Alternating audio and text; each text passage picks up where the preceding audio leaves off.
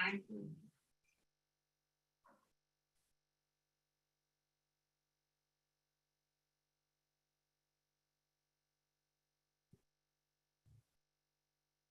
Aye.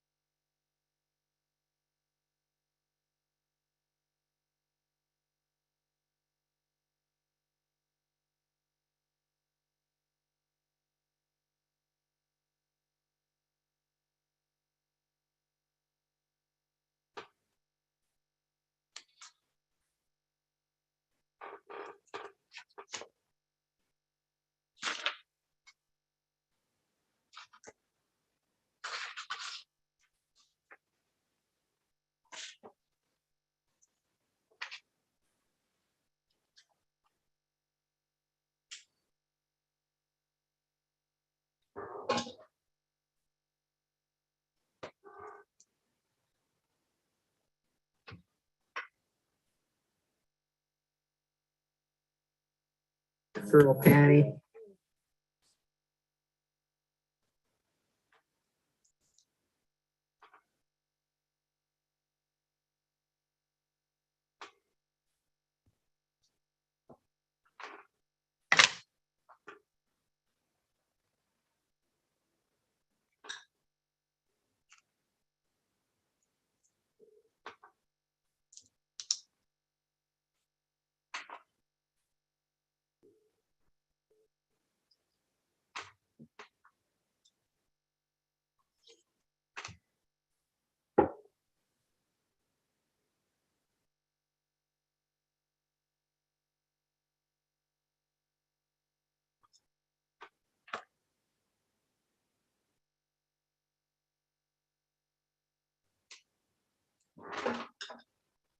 Good evening, everybody. Sammy, are we ready?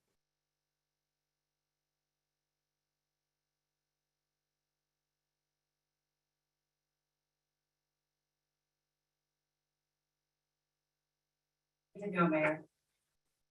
Thank you.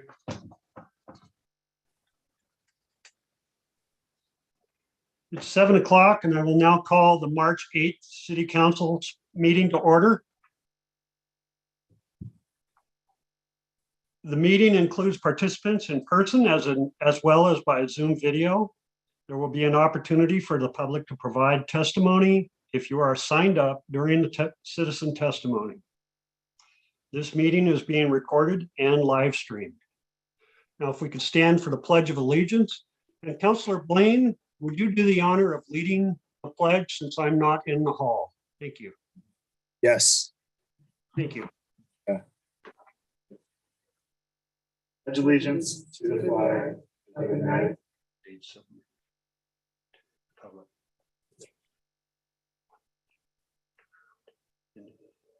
Liberty and justice.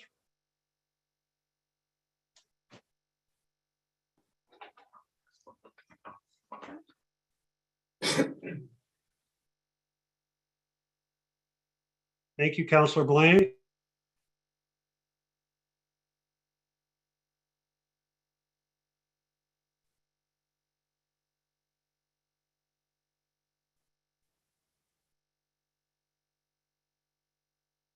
Oh, we have Mayor.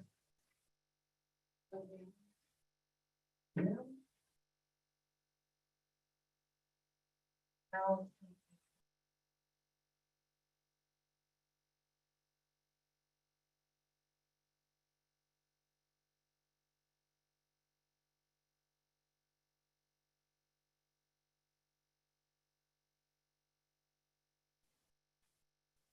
I can't hear Sammy. Okay. Or we do have a quorum. I hear that we have a quorum and I see that we have a quorum. Thank you, Sammy. Comments tonight. First of all, you'll recognize I'm not at Cobourg City Hall. I've been pretty sick for the last 4 days, and so I stayed home to keep everybody else safe. Hopefully I'll get through this meeting. My main issue right now is my voice and coughing. And of course, we start the evening off with reading a couple of proclamations. So President Bell has been duly warned that she may need to step in if I can't stop coughing. My apologies. I would much rather be in person at City Hall. So I'll start off with my two proclamations. Just to note that this is actually my 6th anniversary as mayor. I was assigned acting mayor 6 years ago, and this was one of the first events that I did was to read the Arbor Day proclamation 6 years ago. So here we go.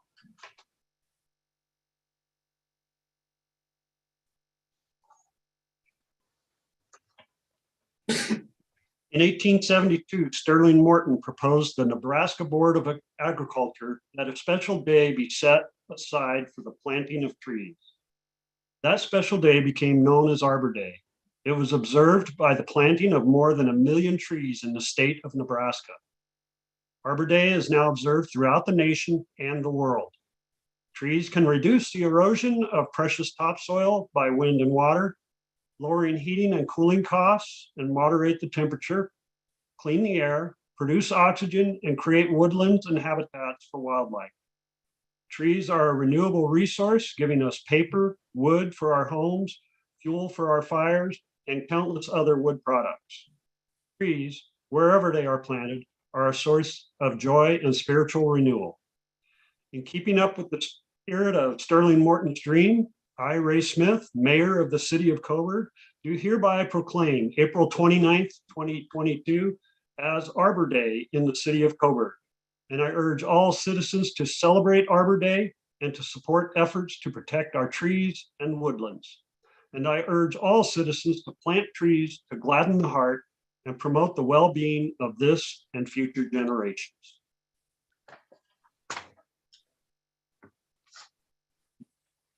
And my next proclamation is for Child Abuse Prevention Month.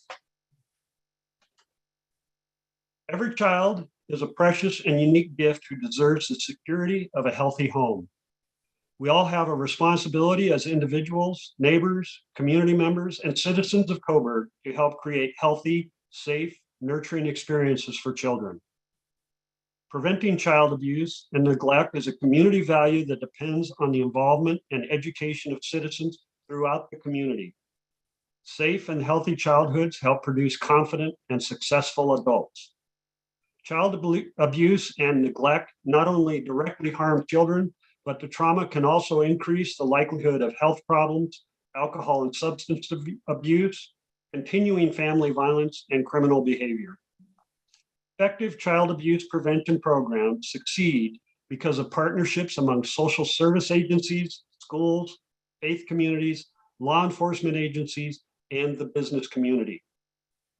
We acknowledge that we must work together as a community to increase awareness about child abuse and contribute to promoting the social and emotional well-being of children in a safe, stable, nurturing environment.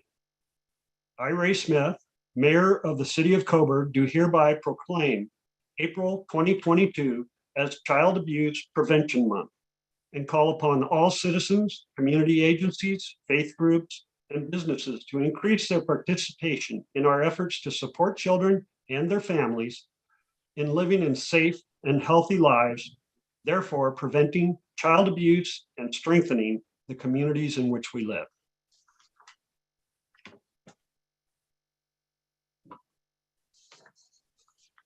Okay. Agenda review, Sammy? I'm going to come up here. Mayor, can you hear me? Yes, I can. Thank you. Good. There was a few changes to the agenda tonight. You guys have red folders if you're here. If not, I've emailed it and there's some copies back there. First of all, agenda item number 4 is listed as a second reading. Tonight will be a first reading for that agenda item. There is an additional item added to agenda item 6 for the Pavilion Park. It's a conceptual drawing plan you have in your red folder. They're also marked which tab to put them with. And then in addition to tab or agenda item 10 for the City Hall facade enhancement that Ann will be speaking to later. Thank you, Sammy. Any questions from counselors? Moving forward. Citizen testimony?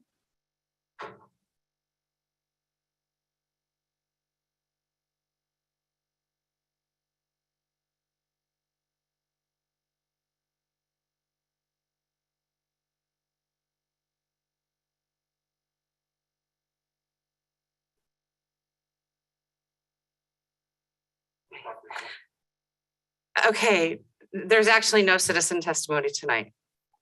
Thank you, Sammy. The consent agenda, we have nothing in the consent agenda, so we can move forward with that. Putting packets together this month was quite a feat, and we weren't able to get the minutes in from last month, so we'll get that on the next consent agenda. Special guest, our Parks and Tree Committee annual presentation by the chair of the Parks and Tree Committee, Mary Mosier. Welcome, Mary.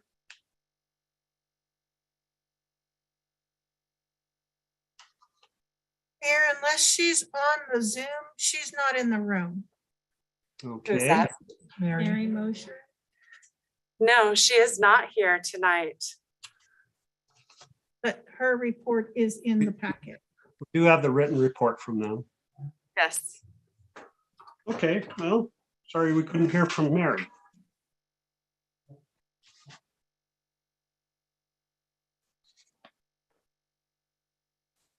All right, item number 4. This is the first reading. Ordinance A 200J, an ordinance annexing territory to the city of Coburg, identified as tax lot 00202 of Assessor's Map 16-03-34-00, and consisting of 107.43 acres to change the Coburg zoning map to rezone said territory from Lane County zoning district exclusive farm use E40 to Coburg zoning district light industrial. Gary Darnielle, you present an update for us, please.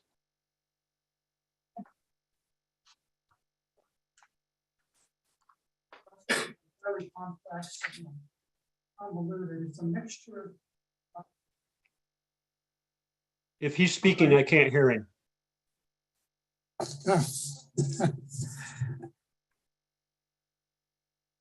process that we've been following in regard to the annexation and the zone change is basically a mixed land use procedure, part legislative, part quasi judicial. Anytime you characterize a land use procedure as quasi judicial, you have a fairly extensive due process procedural issues you have to deal with. At the February public hearing, there was a substantial amount of new information placed into the record by the applicant. And of course, opponents and others had an opportunity to comment on that new information. However, there was quite a bit of information to digest, and obviously it was difficult or perhaps impossible to provide any contrary evidence at that time. We received, the city did, a letter from an attorney representing the folks across the freeway, asking that the record be reopened to allow the various people in opposition to basically respond to the new information placed into the record. While we don't think necessarily that they have the right for that, out of abundance of caution, I'm sure that a court looking at this process would label the entire process as being quasi-judicial, because we're dealing with a single piece of property, a few property owners. We have approval criteria for both the annexation and the zone change. And at least in regard to the zone change, the city has to issue a decision, either approve or deny. And those are all the characteristics the court looks at to determine whether a land use action is quasi-judicial. So what staff is recommending, and we have a a recommended motion, which Sammy will pass out, is that we postpone or have the second reading in April at the April 12th meeting. During the interim and at this meeting, the council reopens the record for 10 days, allowing other parties to respond to the new information placed into the record at the February 22nd public hearing. Thereafter, the record will be held open another week. Parties to respond to any new information placed into the record during that 10-day period. Following that, and according to the quasi-judicial procedures that the legislature has adopted, the applicant will have 1 week for written rebuttal. Choose to take that opportunity. The record will then close. No more information. At the second reading at your April hearing, you will make a decision.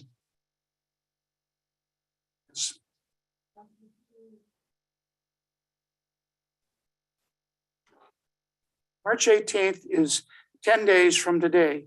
The record will be open until then another 7 days, and then a final 7 days for rebuttal. That's pretty much the standard procedure we use at Lane County when I'm their hearings official and we have to keep the record open. That allows everyone to enough time to present additional information, basically in regard to the information presented at the hearing, and then allow both sides to review that information and comment on it. And then give the applicant a final 7 days to respond in writing. Record closes and that's it. President Bell, Yes. I'm going to ask you to, I can't see anybody to see if they have questions or anything, so I'm going to ask you to call for any questions or statements. Okay, thank you. Sure Run it. will. I don't see any questions in the audience present. So no questions, any comments? I will say that all the information as we receive it will be placed on the website.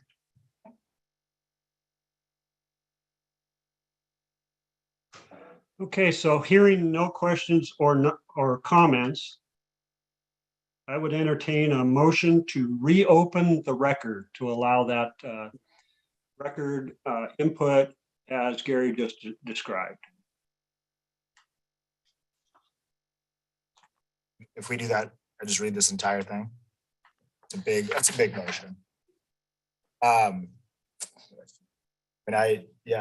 move to reopen the record for 10 days until 4 p.m. on March 18th, 2022, to submit additional written testimony in response to new evidence introduced into the record at the February 22nd, 2022 hearing.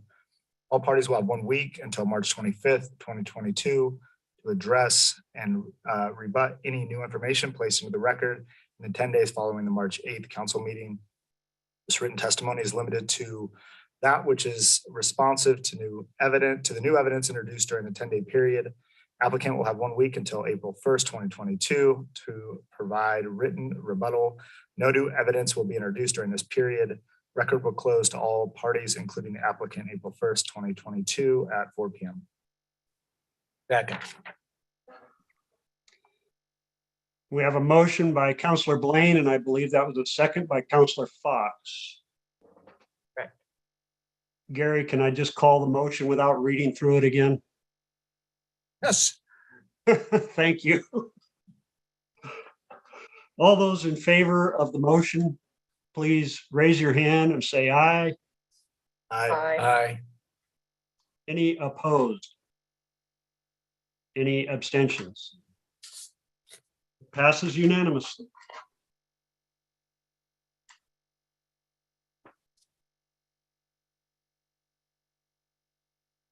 Thank you, Councilor Blaine, for reading that so well.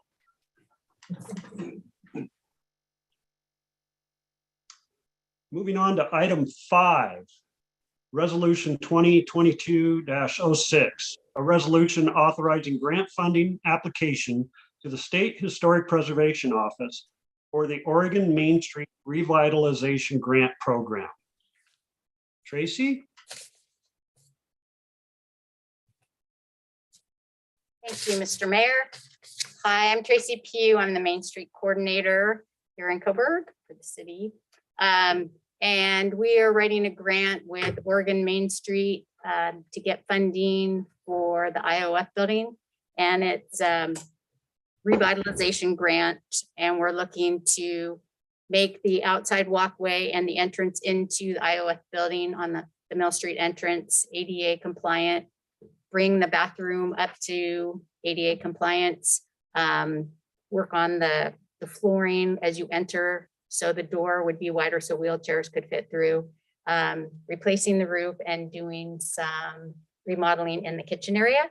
And I've been working with Main Street Committee, the IOF committee, which includes the mayor, Marissa Doyle, Allison Kramer, and myself, looking at our dream for the IOF building, but also what we can accomplish through this grant. So been meeting with contractors and getting estimates and working on the application, which is due next week. Does anyone have any questions? Covered everything. Haven't done this before, so.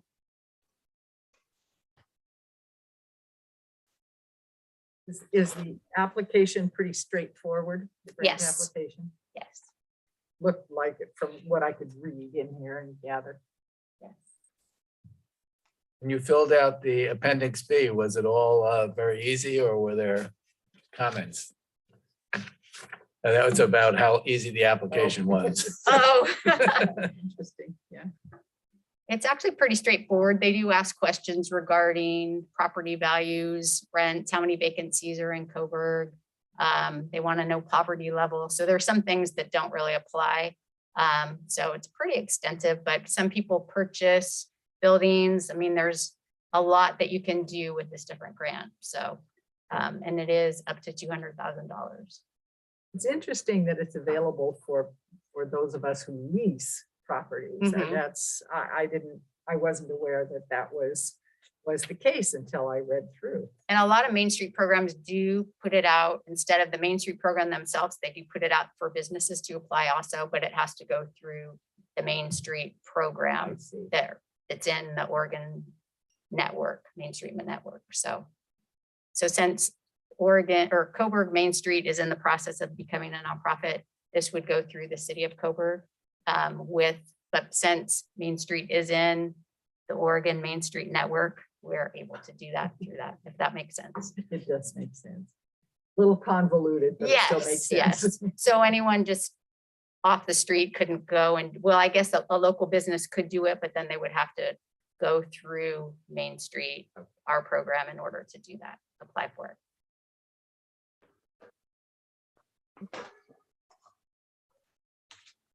Any other questions or comments for Tracy?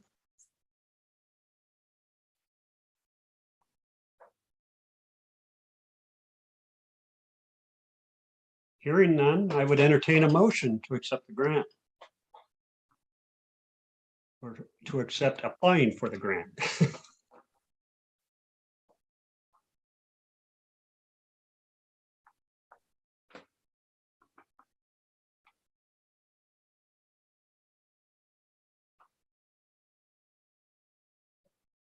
Counselor Alexander. I have a question. Sorry. I know we were just about to vote on this. Just a quick question.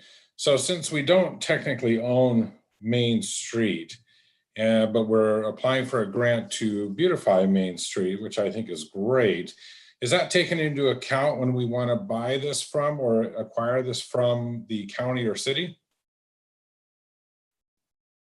Does that 200,000 apply to the value of it or what we can actually take off of what we would owe for it?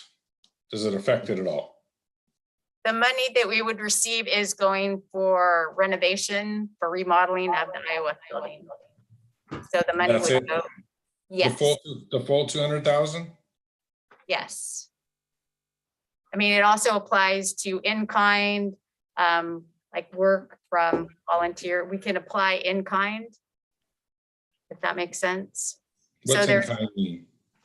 so say the mayor's going to provide time to paint the cabinets in the kitchen, that would be in kind, because he's not charging a fee, an hourly fee for that. Or if volunteers come in and help with any of the renovation, that would be considered in kind.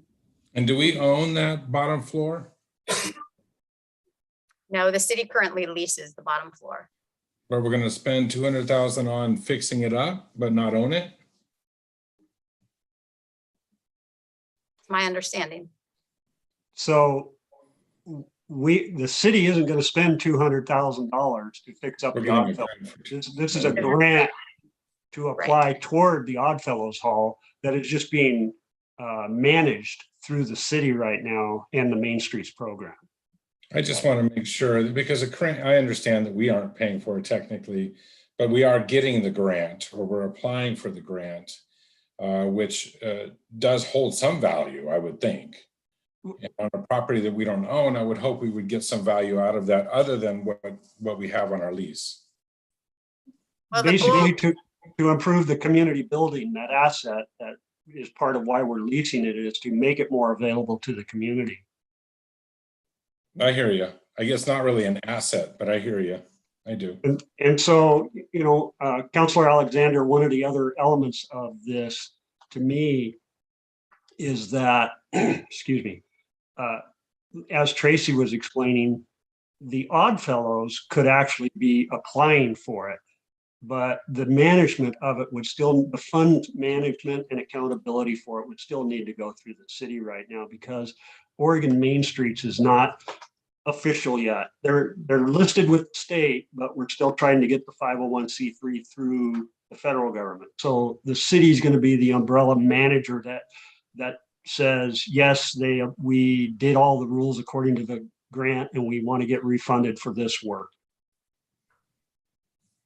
I understand. So if the Oddfellows decide to sell the building, do we have any protections on that for the money spent on it? Not by us, but by the grant?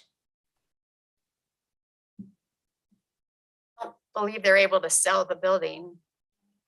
And the benefit, I mean, part of why we want to renovate this is to make it a community asset for gatherings, possibly having it as a museum or a visitor center, bringing in corporate meetings that have a place in Coburg to come and meet and utilize the kitchen. And so expand it, you know, to outside of Coburg, but also to do more gathering and events within Coburg and for our community. I understand that. Okay, well, thank you. And additional information that probably hasn't been presented is there's typically matches for grants. And one of the elements of applying for this grant is the Oddfellows have agreed if the roof is done, they have funds already set aside for the roof. So they would put that into the match to help them, you know, get that building updated, but also have that roof taken care of. So they've already verbally committed to applying those funds toward the match. So it's, again, trying to get that community asset in a better.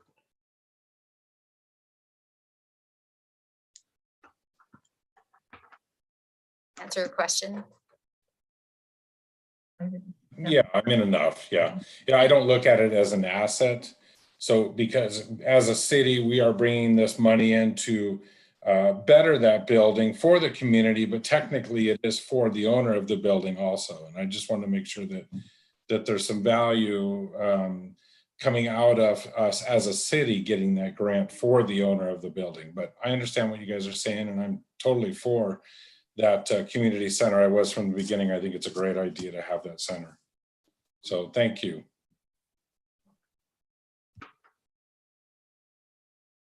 Any other questions or comments?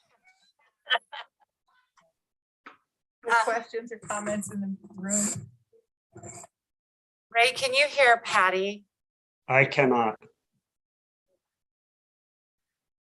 I can read the motion if you can hear me okay, right?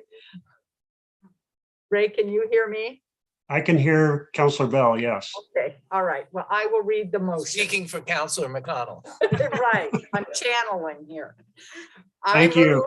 I move to approve Resolution 2022-06, a resolution authorizing the application to the State Historic Preservation Office, SHPO, for Oregon Main Street Revitalization Grant for an amount up to $200,000. Second. So was that motion by you, Counselor Bell? That, well, yes, that, let's say that motion was by Counselor Bell. And a second by Counselor Blaine, I believe. Correct. Thank you for your patience. We'll get through this as a team. Doing really well so far. This is hard, and behind masks, it makes it a challenge too, doesn't it? Oh, boy. Okay, I don't have the same wording. So again, President Bell, if you would read it and call for a vote. Okay. So I will read the resolution. The motion is to approve the resolution 2022-07, a resolution authorizing the application for a local government grant from Oregon Parks and Rec. Oh, I'm sorry, wrong one. I switched the page. Here we go, backing up.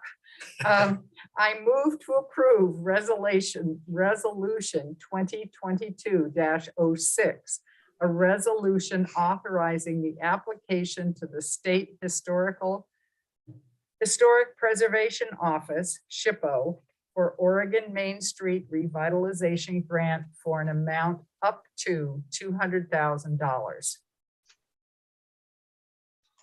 All those in favor, All those in favor? please raise your hand, say aye. Aye. Any opposed? None in the room, Any abstentions? none in the room. Thank you. Passes unanimously. We'll get there. Thank you, Tracy. Oh, Okay, item 6, resolution 2022-07. A resolution authorizing grant funding application for a local government grant from the Oregon Parks and Recreation Department for the development of a plaza at Pavilion Park and delegating authority for the city administrator to sign the application. Brian, Good evening, everybody. Can you hear me? yes. Okay. Hopefully you guys all got your conceptual drawing for the plaza for the Pavilion Park. So what we're asking for is council to approve the application to apply for a Parks and Rec grant for up to $750,000. Does anybody have any questions on the rendering?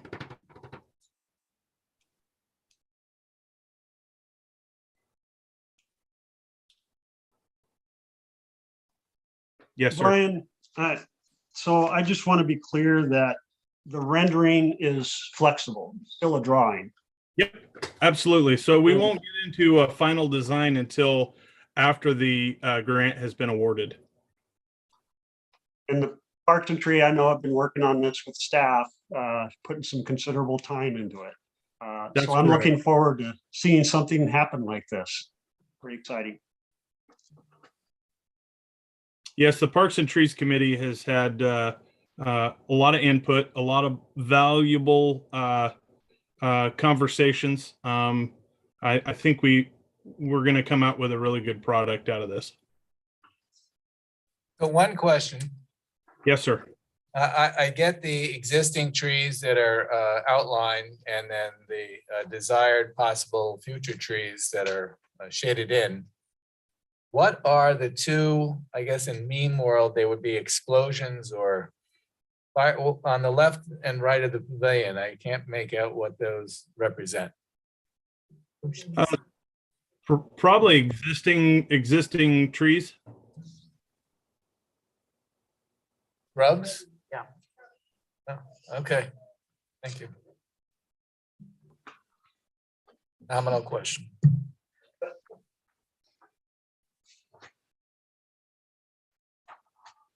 Any more questions for Brian? Hearing none. Mayor. Yes, Counselor Lehman, we're having mic problems. I apologize. But I don't believe Patty McConnell and Counselor Lehman's microphones are working, so. Why don't you do that? I think this one is live.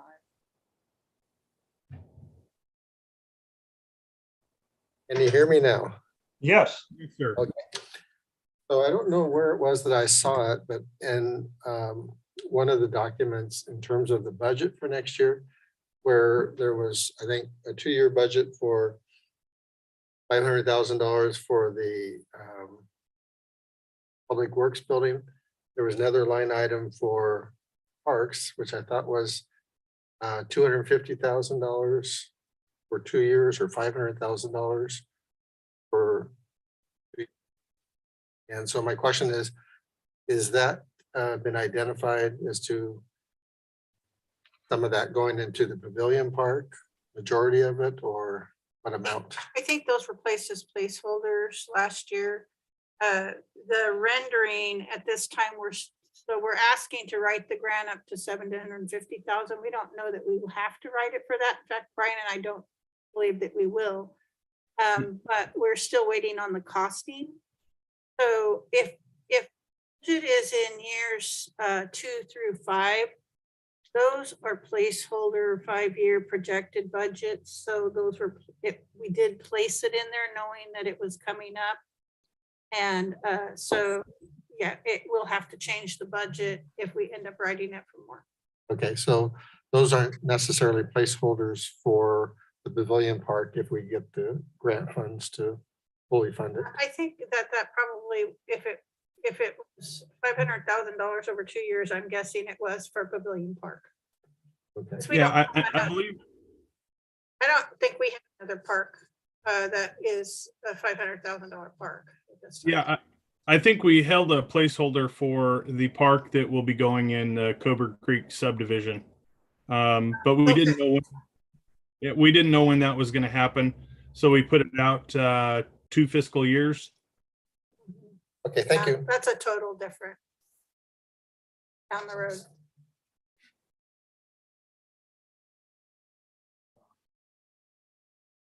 Well, it looks pretty awesome. I love the rendering. It would be such an add. Add another set of bathrooms, I see. So that's pretty exciting.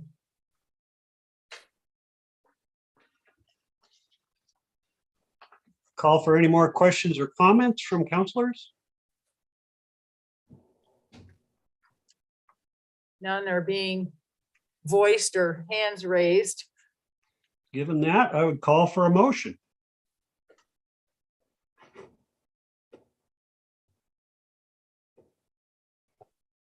I move to approve resolution 2022-07, a resolution authorizing the application for a local government grant from the Oregon Parks and Recreation Department for an amount up to $750,000. Second. And who was the second? That was Counselor Fox. Thank you. We have a motion by Counselor Blaine and a second by Counselor Fox to approve resolution 2022-07, a resolution authorizing grant funding application for a local government grant from the Oregon Parks and Recreation Department for the development of a plaza pavilion and delegating authority for the city administration to sign the application. The rest of the wording here. For an amount up to $750,000. All those in favor, please raise your hand and say aye. Aye. Any opposed? Any abstentions? None here. I'm going to dare to say that we passed that unanimously. Thank you, everyone. Thank you, Yeah. Brian.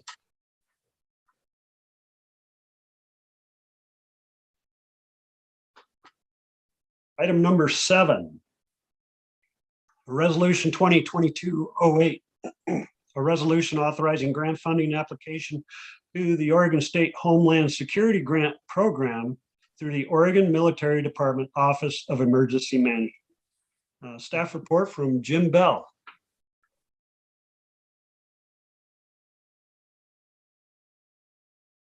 Evening, everyone. As you probably figured out, I'm Jim Bell. I'm speaking on behalf of this resolution. I believe strongly that this would be of benefit to Coburg and the Coburg area. As you probably recall, it was in the 1970s and 80s that they discovered we had an active fault line off Oregon and Washington State. And the recent discovery about 25 years ago was that this fault line known as Cascadia is capable of generating large 9.0 or above earthquakes periodically. It's also a way that historically Oregon has evolved in its use of fuels that plays into this in not a so nice a way. 90 to 95% of all the gasoline, diesel, fuel that Oregon uses goes into one location near the St. John's Bridge near Portland. And that area located on the river is composed of landfill and is not on bedrock. That's 90 to 95% of gasoline and diesel through this one area that has been declared at risk during an earthquake for spilling its entire contents into the Willamette and Columbia rivers, rather than being used afterwards for rehabilitation after the earthquake. Most of the railroads, the roads, overpasses, and transportation infrastructure that we have here in Oregon will be severely impacted by the big earthquake. Getting fuel from St. John's, if it's there, down to Coburg or Eugene, Salem, anywhere south, will be extremely problematic. And in many cases will be isolated from the rest of the country for a period of weeks or months. My concern as emergency manager stems from the fact that after about 5 or 6 days, most people are going to use up their fuel from what they have. And it would be nice to have an emergency stock that we could dip into so that Public Works, the water department and its pumps and generators, the fire department and the police can operate and maintain essential community services for a period of weeks or months after said earthquake. So the stored fuel would be up at the wastewater facility, which is already a gated, locked, secure facility.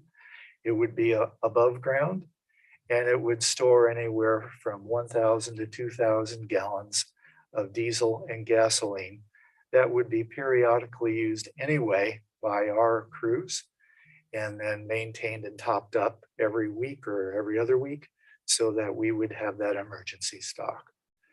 We would also have backup generators or pumps so that if the electrical grid goes down after the earthquake, we can actually get to it. It would meet EPA, DEQ, and fire marshal regulations. It's double walled. It'd be literally nailed to the ground and not shaken by too much by the earthquake itself. So this grant would enable that to take place. And I believe that it would provide Coburg with weeks or possibly even months of emergency services after any kind of natural disaster. And also enable us to do what many other municipalities do anyway, have their own fuel supply where they can get lower rates, bulk rates. Any questions? Yes.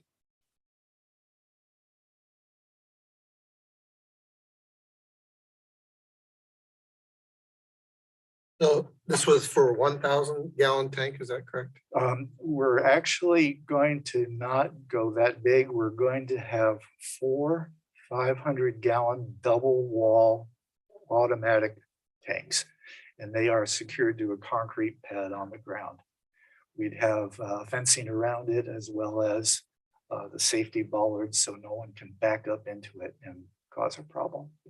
My comment was that I thought it was only 1,000 gallons and I thought that might be too little. Right. And I've even- talked to Yeah, I talked to several people, and 1,000 gallons of diesel, 1,000 gallons of gasoline would go a long way for probably 2, 3, or even 4 months, depending on use and so forth. Thank you. The questions? Please approve this resolution. Thank you.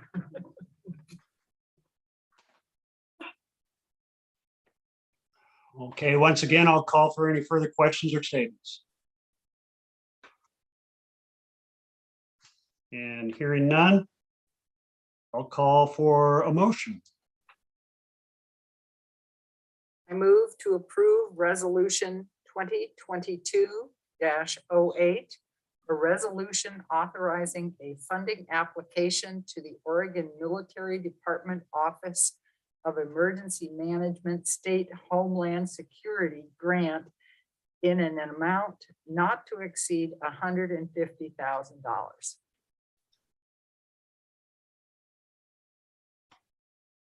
Second. Was that Counselor Lehman? It was Counselor Fox. Counselor Fox, thank you. Counselor Lehman had his hand up, so Oh. I'm not sure who won on that one. We'll give it to Fox because I heard somebody. Okay. There is a motion by Counselor Bell and a second by Counselor Fox to approve resolution 2022-08. A resolution authorizing a funding application to the Oregon Military Department Office of Emergency Management State Homeland Security Grant in an amount not to exceed $150,000. All those in favor, please signify by raising your hand and saying aye. Aye. Any opposed? Any abstentions? Passes unanimously. Thank you, Mr. Bell. Roll. Item number 8, budget officer appointment. Ann, So annually, the city must appoint a budget officer. In the history of Coburg, that normally is the finance director. So this motion is to designate Tim Gaines as the city of Coburg budget officer for the fiscal year 2023 budget process. questions or comments? Good to me. Not seeing any questions or comments. Thank you. I'll entertain a motion. To designate Tim Gaines as the city of Coburg budget officer for fiscal year 2023 process.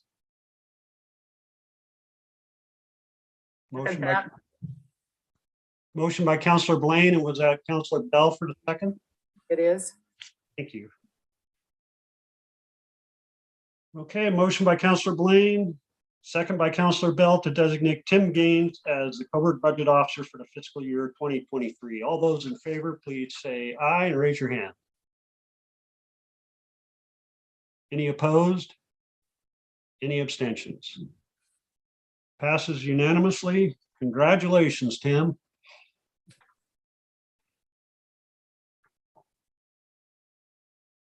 The administration report. Any questions on the finance monthly report? I do. Go ahead. So I'm seeing that we're going to be about $100,000 under this year. And 42,000 of it is from Park and Park Capital. I'm assuming that's a one-time expense. Where are you looking? I'm looking at the general fund budget, page 104, item 9, 104. I was looking at the variances between the budget year to date and actual projected. And well, you know, a couple of things stand out, but it says we're. Oh, I want to take a little bit of time to explain what this is about, because basically this sheet, the purpose of this sheet is to tell us where our cash will be at the end of the fiscal year. It's a projection sheet. So we take the months that we're looking at actuals and put them in. And then all the rest of the months are projections. And basically what we're trying to look at is where are we going to end up with the budget at the end of the year. And so it's an ongoing part of the purpose of that is to make sure that the city is going to have enough cash at the end of the fiscal year to make it through the Jason months, which are to the November of the tax receipts being received. So I just thought I'd take the opportunity to explain that, because sometimes people look at this and they ask questions that it's not the purpose of the sheet, but I can try to answer your question. I just don't understand what you're looking at.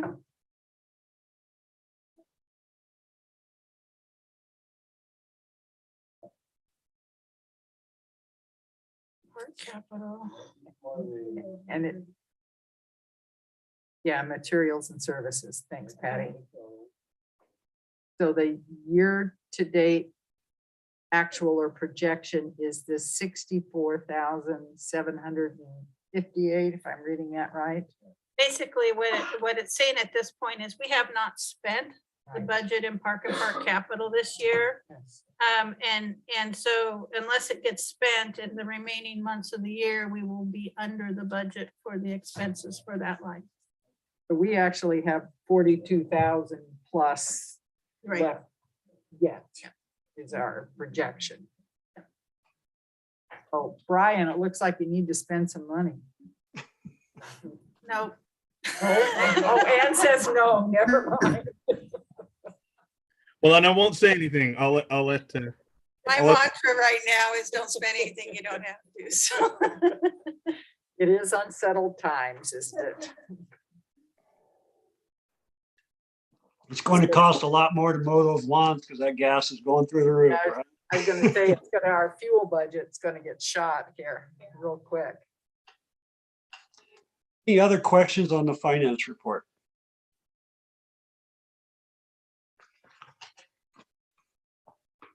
Not seeing any here. Thank you. We'll move on to the administrative monthly report. Ann? Answer any questions. I did want to point out that when I talked in regarding the City Hall projects on the facade design, that is in your red folder. We just received that, not in time to get it into the packets. So that is a design that has been put together by a Main Street program committee. And so I believe it was presented to Main Street at their last meeting. I wasn't at that meeting, but so the next step is with that is trying to get a preliminary cost for that, which I think we have that. I haven't seen it yet. And then we would be budgeting for that next year or looking for other funding to go ahead and put the design together for the facade. All other the projects for City Hall have been completed. So windows, paint, and siding. So You have a question on the facade to Brian. I do have one concern that the projection of the awning into the driveway on the south side of the building is 3 feet. And I want you to pay particular attention to that to make sure that won't be a problem for vehicles going out that drive area.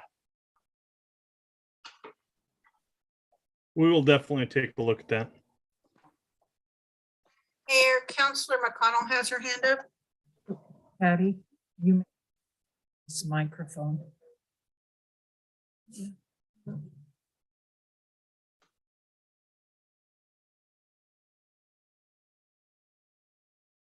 I'm not hearing anything. No.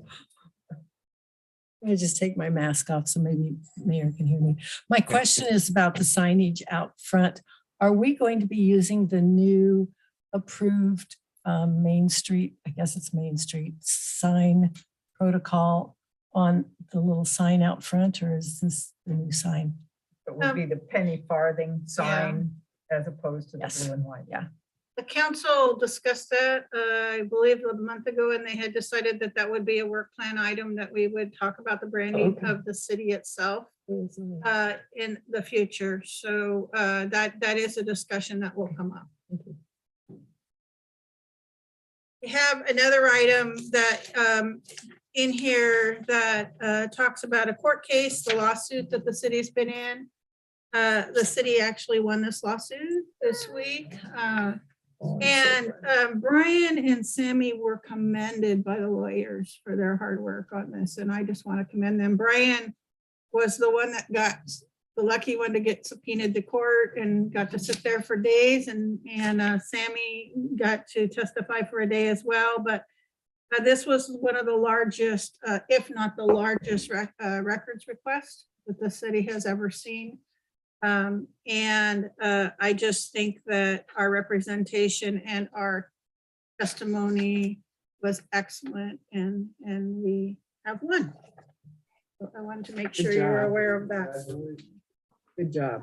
And if there's any other questions, I'm happy to answer them on the city administrator's report. So I do have one question, and I think I can actually answer it, or I think it's answered by what is written here. It's on the second page of the administrative report, the sewer fees are not reaching budgeted revenues at this point because of the delay in the Coburg Creek subdevelopment. Am I reading that correctly? That is a discussion that I brought up with Sammy today, because I was reviewing the year-to-date finances of the city, and that is a question that I asked. Tim put it in his report of why are the sewer fees low, and I'm sure that has something to do with it. We were expecting several developments to be going by now, but they've just been slowed down to almost a stall on a couple of them. So we were anticipating new users, but I am also questioning, because of that, we over budgeted sewer revenues. So we'll be watching that. Okay. It's really more of a finance question, wasn't it? No, that's fine. Any more questions or comments about the administration report? Facade be natural wood, is that what I'd understood on the city hall? Mayor, I don't know if you want to answer that, if there'll be natural wood on the facade. The designer was looking at the beams. If you look at Farm Fancy, and has the roof, and then the stained natural wood beams. She referred me to that building to say that was her idea. Now, this is all still conceptual, so it could change a little bit, but I think that's a great idea to put the natural wood, heavy timber look on the front of the building. I want to point out, because I know the council likes to know what's coming up. So we are discussing the Harrisburg police contract right now. We did shoot them a price increase, and it's substantial due to the rising costs of running the police department, as well as the salaries. The other piece is the planning fees. Cottage Grove is really questioning whether we want to raise our planning fees. Their person that we pay to do our inspections is also salary going up. So I just wanted to make sure that you know that those things are coming up.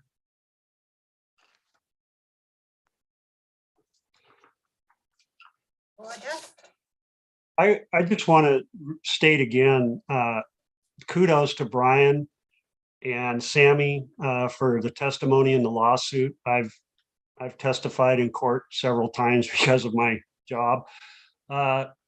It's pretty intimidating, and from the letters that I saw from the lawyers commenting on how well they did, I just really want to thank them both for representing the city and doing a great job. I know it's an intimidating thing to go to court. They really work hard to make you look about this big. And we had a good team from CIS and then our employees backing it up. So good job, both of you.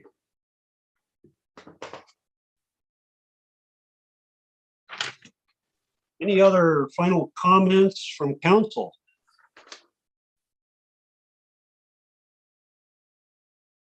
Looks like Council Lehman.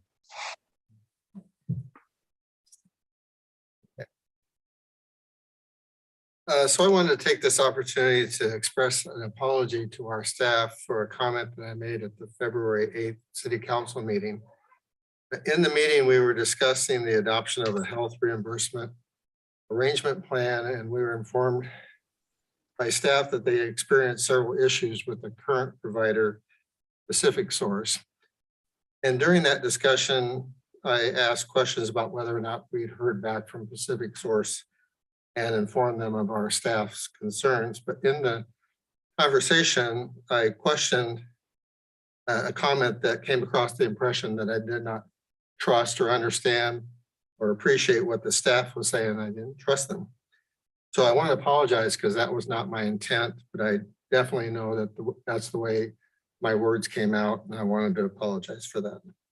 I do trust our staff. I respect our staff. They did an outstanding service for our community. And I think I have in my time here been an advocate for the staff, for staff compensation, working conditions, better working environment, including funding and equipment and facilities. So I hope you accept my apology.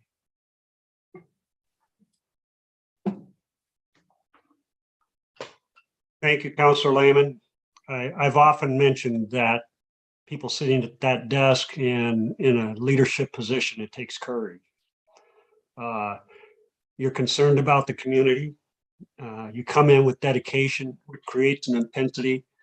And we all sometimes must stand back and have a little bit of humility and have to do things like apologize for our words that were unintentional.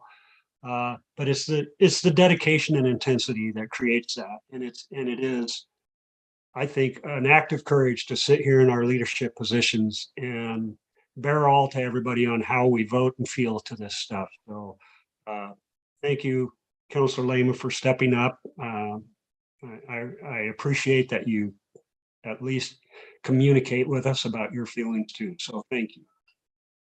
Any other comments from councilors? I just see. have one more thing to add, and that is this, that as the council have requested, the city administrator's report has everything that comes in mid-month or goes out to you mid-month. So at the end of this is emails that I sent to you. If you didn't get to read them, then they're in the packet. And I will continue to do that. Thank you, Ann. And then I see Councilor McConnell raising your hand.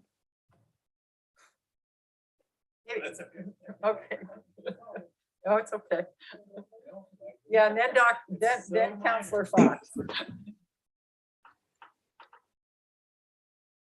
I have a question on voting protocol, and I tried to find information on my own so I wouldn't have to ask this question, but I would like clarification on abstaining.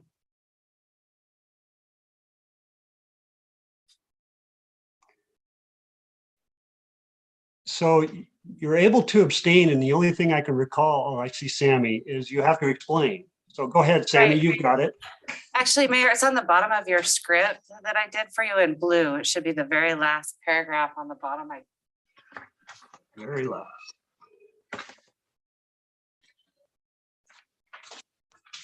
So it's from our charter. It's section 20. So no counselor present at a council meeting shall abstain from voting without first stating at the meeting the reason for abstaining.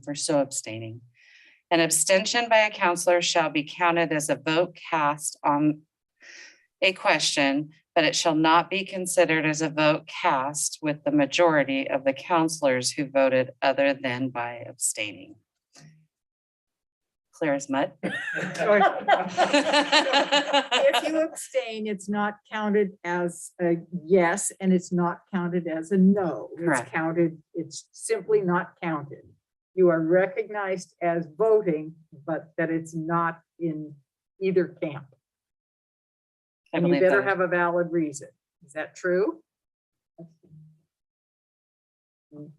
So as I look, if I could comment, as I looked in some city ordinances, some of them stated that you could not abstain except for conflict of interest. Were those our city charters? No, it was not our No. city charter. And no. that's different because it's set by charter and council rules. So Okay. every city is a little bit different. Okay, thank you very much for the clarification. Councilor Fox. I have a question. On the Finance Audit Committee report, under number 4, review and discuss the 2019-2020 audit.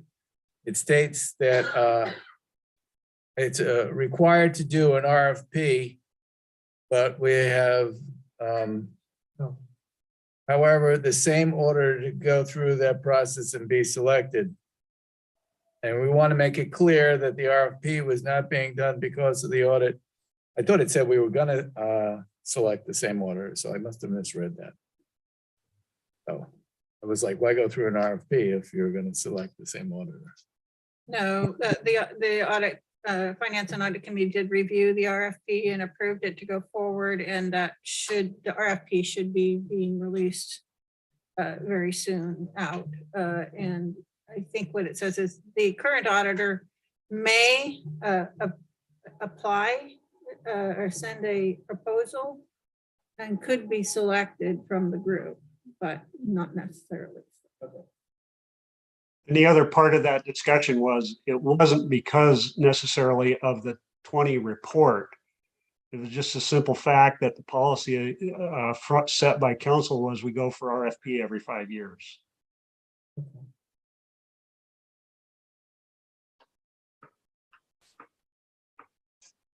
I have a question, Counselor Bell. Okay. And Brian, are you still on the call on Zoom? Yes. Yes, I am. My question is, is Public Works aware of the trees that have been taken down, or one that fell and one that was taken down on Booth Kelly Trail, and the disruption to the trail? Yes, we are. Okay. And Yep. is it okay that the debris from that fallen tree was just thrown into the waterway there? Well, it should not have been thrown into the ditch. It was supposed to be moved off to the side. The city's arborist is the one that actually took that tree down. It was a very large cottonwood that was pretty rotten through the base of the tree. So we felt like it needed to come down. The property owners adjacent to the path were very supportive of us taking that cottonwood out. So it was the main part of the tree was supposed to kind of sit off the side of the trail and, you know, eventually either deteriorate or be removed. It's a big tree. So the city took that tree down. That was on city property? Yes. Okay. Well, that was just my question and you answered it. So thank you. Any other questions or comments from counselors? Counselor Alexander. I just want to say thank you, first of all, for the sheriff's report. It looks like it's been a busy month for them, but they've gotten a lot of things done. And also for Ann's report and staff, I'm sure staff helped, but Ann, your report, as far as your weekly report was, although lengthy, I don't think it was a bad lengthy. I think it was actually very informative, and I really appreciate the work that you put into that. That was a very good report. Thank you. Any other counselors? I'm losing my voice, so it's time to end it. Well, thank you for putting up with all the little glitches in this, and hopefully the next meeting I will be in person with a full voice and be able to see what's going on. You guys are about that big right now. Pretty hard to see a hand raised. So I will close this meeting at 8:07. That must be a record. Thank you, everybody, and good night.